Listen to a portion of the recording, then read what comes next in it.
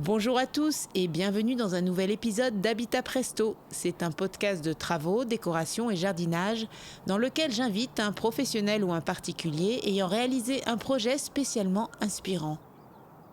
Et nous partons aujourd'hui pour la Creuse, à la rencontre d'une herboriste paysanne qui va nous expliquer comment faire un jardin de plantes médicinales chez soi pour se soigner, se faire du bien ou encore se faire belle. Bonjour Hélène, bonjour à tous les auditeurs. Eh bien moi c'est Aïda, je suis paysanne herboriste en Creuse, dans le centre de la France. Je suis une ancienne citadine puisque je suis née à Versailles, que j'ai grandi vraiment en ville. J'ai été même commerciale pendant des années à la Défense. Et puis voilà, envie de changement, d'apporter ma petite part dans ce monde et une grande soif voilà, de me rapprocher de la nature et d'être en cohérence avec elle. Et voilà, j'ai, au bout de quelques années, décidé de me lancer dans la production de plantes médicinales, un monde que j'ai découvert en arrivant ici, étant une très grande fan d'infusion. Et du coup, voilà, j'ai découvert ce fabuleux métier de paysan herboriste ou producteur de plantes médicinales, cueilleur de plantes sauvages. Voilà, il y a plein de noms, mais on se rejoint tous voilà, autour d'une même envie, c'est-à-dire redonner aux plantes leur place dans notre quotidien parce qu'elles sont là pour nous faire du bien visuellement dans le jardin. On voit bien que ça fait énormément de bien d'être entouré de plantes ou d'être dans la nature. Et en réalité, elles sont avec nous depuis toujours. Donc voilà, pour nous faire du bien, pour nous soigner, pour prévenir certaines pathologies. Donc voilà. Aïda, est-ce qu'on peut créer un jardin de plantes médicinales tout en étant novice et en ayant un tout petit jardin ou une terrasse? Où qu'on soit, on peut mettre en place un petit jardin de plantes médicinales. Faut pas oublier que les plantes médicinales, avant même d'être cultivées, c'est vraiment des plantes sauvages. Donc il y a des plantes sauvages absolument dans tous les milieux, qu'il fasse très chaud, très froid, des environnements où il y a beaucoup de cailloux. Il y a toujours des plantes qui sont adaptées au milieu et au climat. Donc oui, absolument, tout le monde peut se créer son petit jardin de plantes médicinales. Et oui, même ceux qui ont un balcon. Quand on est en ville, eh ben oui, dans un balcon, on peut déjà tout à fait faire pousser du thym, du romarin, de la lavande, on en a parlé, mais ça, c'est des plantes qui sont complètement OK sur le balcon, surtout s'il est ensoleillé. Et puis après, on va avoir toute une série de petites fleurs aussi qui sont très intéressantes. Par exemple, les fleurs de souci ou de calendula. C'est des petites fleurs jaunes magnifiques et c'est pareil, celles-ci, on peut s'en servir pour faire des petites macérations solaires et l'utiliser pour tous les petits tracas de la peau, rougeur, eczéma, petites fesses rouges des bébés, des choses comme ça. Donc voilà, oui, oui, oui, il y a énormément de plantes qu'on peut mettre aussi au jardin, il ne faut pas hésiter. C'est très joli, ça fleurit et en plus on peut s'en servir. Aïda, quelles plantes médicinales nous conseillez-vous de planter chez nous pour se soigner ou alors pour se faire belle ou beau? Il y a énormément de plantes que l'on peut avoir chez soi pour se faire du bien, pour se soigner, pour se faire belle. Du thym, du romarin, tout ça, ce sont vraiment des plantes qui sont très intéressantes. Par exemple, on entend bien dire le remède de grand-mère, le thym, c'est bon pour la toux. Voilà, donc n'hésitez pas à planter de la sauge, des choses comme ça.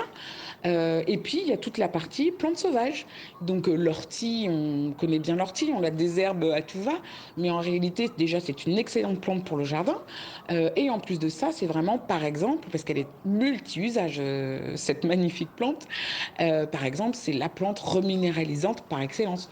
Donc, fatigue chronique, carence de fer. Elle est aussi très bonne pour toute la sphère articulaire, par exemple.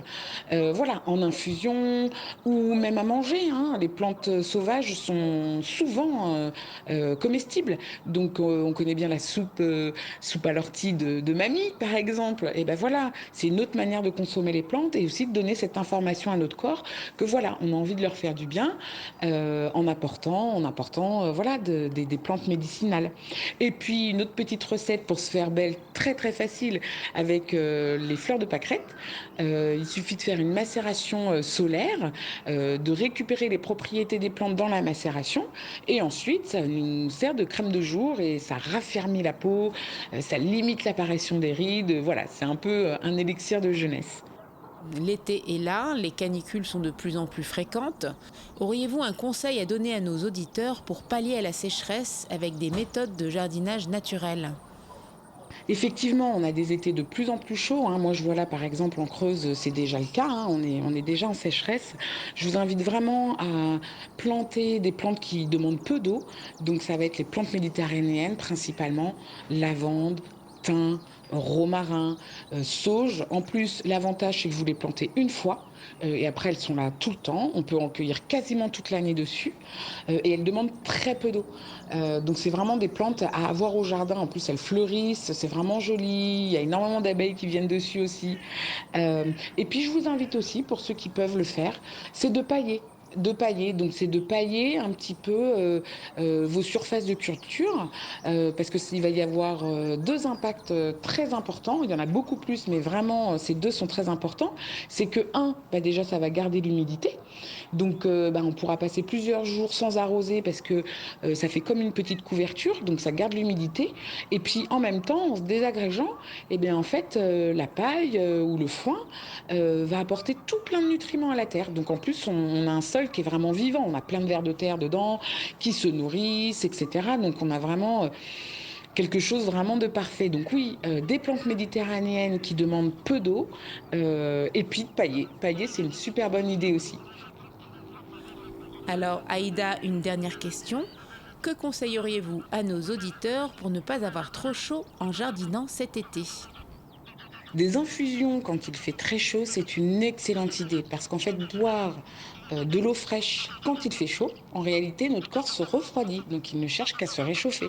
Et on le voit bien quand on mange une glace ou qu'on boit de l'eau bien fraîche, en réalité, on n'a qu'une envie, c'est d'y retourner. Donc voilà, boire du chaud, des infusions, du thé, quand il fait très chaud, c'est une très bonne manière de s'hydrater. Et d'ailleurs, on le voit bien, hein, dans les déserts, ils boivent du thé. Ils boivent du thé et d'ailleurs, ils boivent du thé à la menthe. Du thé à la menthe parce que c'est une plante qui est extrêmement rafraîchissante. En plus, elle est tonique. Donc vraiment, c'est une plante qui est très intéressante. Et puis, il peut y avoir aussi, par exemple, une petite verveine citronnée. C'est une plante pareille qui pousse très bien chez nous. Alors, à partir du milieu de la France vers le nord, vaut mieux la couvrir l'hiver ou la mettre en pot et la rentrer pour qu'elle reparte l'année d'après. Mais elle a un petit goût acidulé, tout fin, tout doux, vraiment très très agréable. Donc oui, excellente idée pour s'hydrater de boire des infusions. Alors, au revoir Aïda, vraiment merci pour toutes ces informations si précieuses et intéressantes. Si vous avez aimé notre podcast, n'oubliez pas de le liker et surtout de le partager. À bientôt pour un prochain épisode d'Habitat Presto.